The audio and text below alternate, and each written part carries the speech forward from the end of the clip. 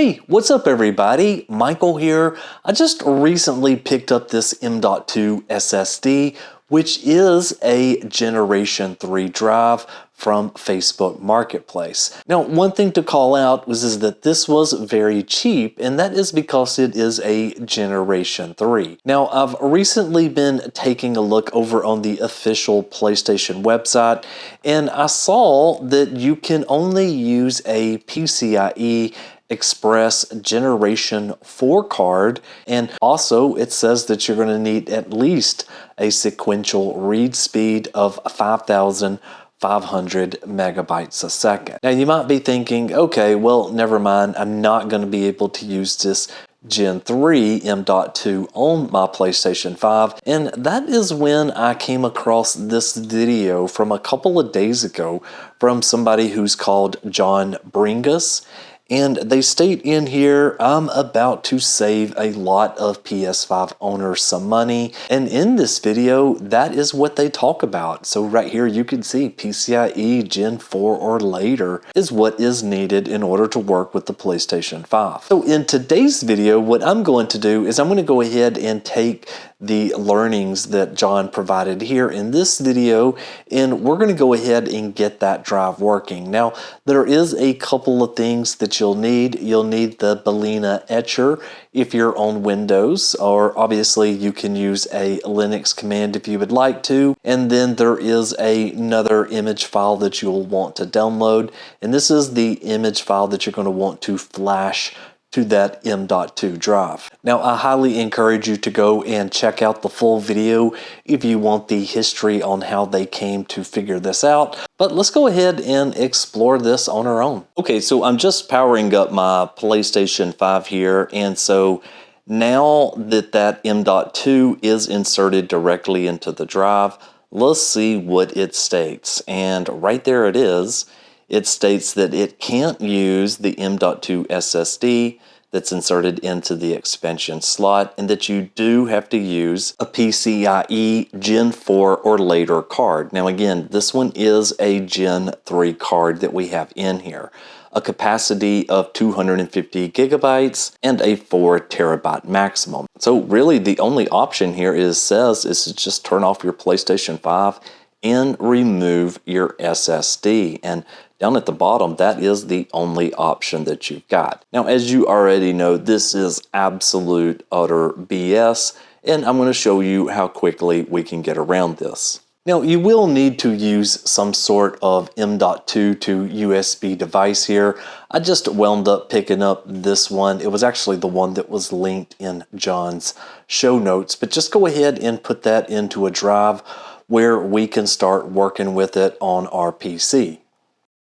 Okay, so I just went ahead and put that SSD into the enclosure as you just saw, and I've plugged it into my computer, and right there you can see this drive is showing up. Now, if you don't see your drive located here, it is good to at least get the drive in Windows. So again, you could use something such as disk management to get this disk added as a volume that's workable to Windows. Now, once you do that, we're going to go ahead and we're going to open up balenaEtcher. And so we're going to take the first option here, which is flash from file, and we're going to select the Gen 3 enabler, and it will say it looks like this is not a bootable image. We're going to go ahead and take the option to continue here, and we're going to select our target, and it is going to be this G drive here. So I'm going to select that one, and now we're just going to go ahead and flash that image to our USB drive. So we're going to go ahead and select yes, I'm sure here, and it now says that the flash is complete. So I'm going to go ahead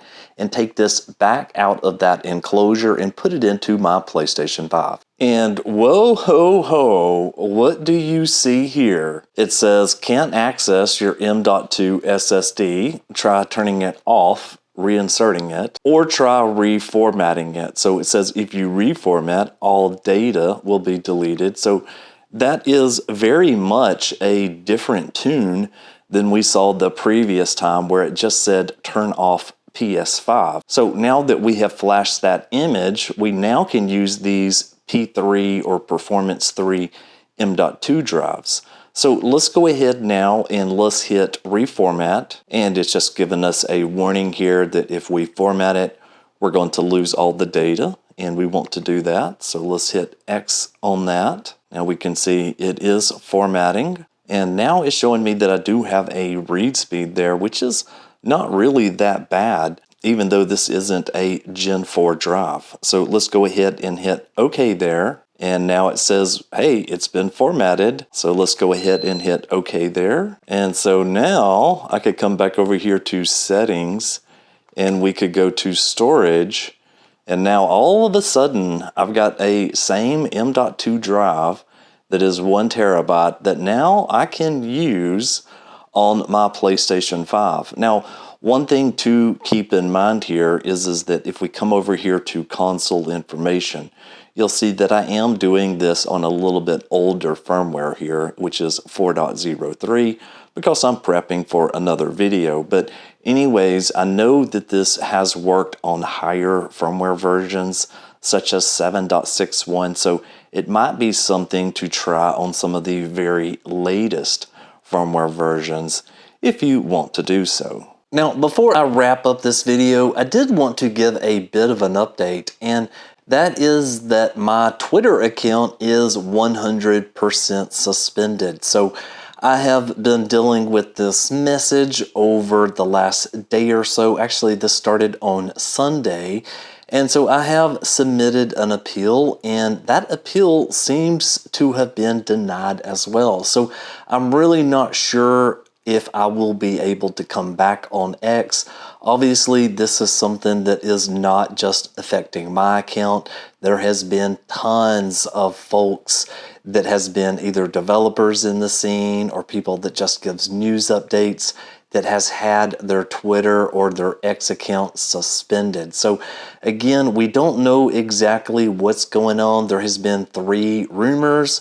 One of them being it could be Sony. The second one that it is a user, which is what it stated in my email. Or the third option is that it's something wrong with the XAI algorithm. So anyways, I wanted to give you an update on that. Will I be back? I'm not exactly sure, but I will say that I did go ahead and create a Bluesky account, and if you just come over here, I will leave this URL down below if you want to follow me over there as we kind of get things sorted out. I'll definitely be posting there until my Twitter or X account gets restored.